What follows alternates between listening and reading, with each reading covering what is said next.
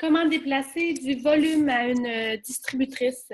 Alors, pourquoi on voudrait déplacer du volume? On voudrait déplacer du volume pour aider quelqu'un à être qualifié au démarrage rapide.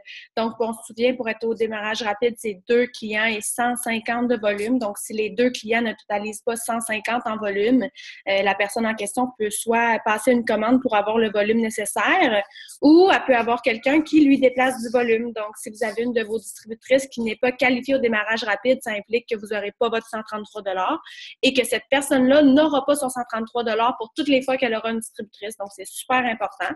Donc, si vous avez une commande à passer, vous pouvez lui déplacer le volume. Bien entendu, si vous êtes déjà qualifié à la commission.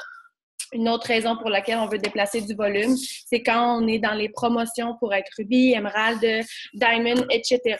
On a besoin que les personnes soient à 400 de volume. Donc, à ce moment-là, on peut passer des commandes et déplacer du volume. On a le droit de déplacer 5 fois du volume dans un mois et jamais plus de 100 BV dans un même mois. Donc, voilà. Comment on déplace du volume? On va se loguer dans notre eSuite. On va aller dans « Commandes ».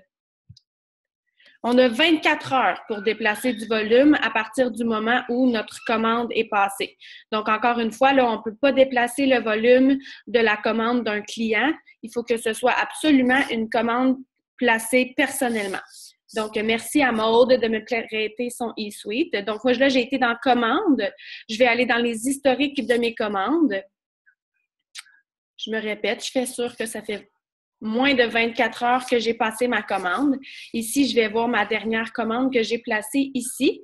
Je vais pouvoir cliquer sur « Action » et je vais pouvoir cliquer sur « Déplacer ». Le même principe que quand on déplace une cliente ou une distributrice.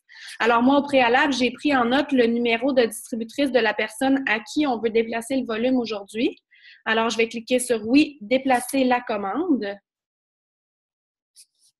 Et je vais aller entrer le numéro de la distributrice à qui je veux déplacer le volume. Je vais la chercher.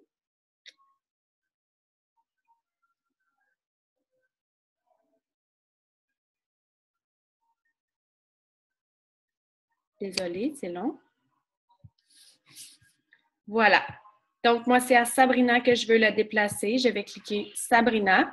Et attention, c'est écrit ici, cette action ne peut être annulée. Ça veut dire que quand vous allez cliquer sur « Oui, déplacer la commande », vous ne vous pouvez plus dire « Ah, je me suis trompée de personne » ou « C'est pas ça que je voulais faire ». Même si vous écrivez au service à la clientèle, ils ne vont pas faire de changement.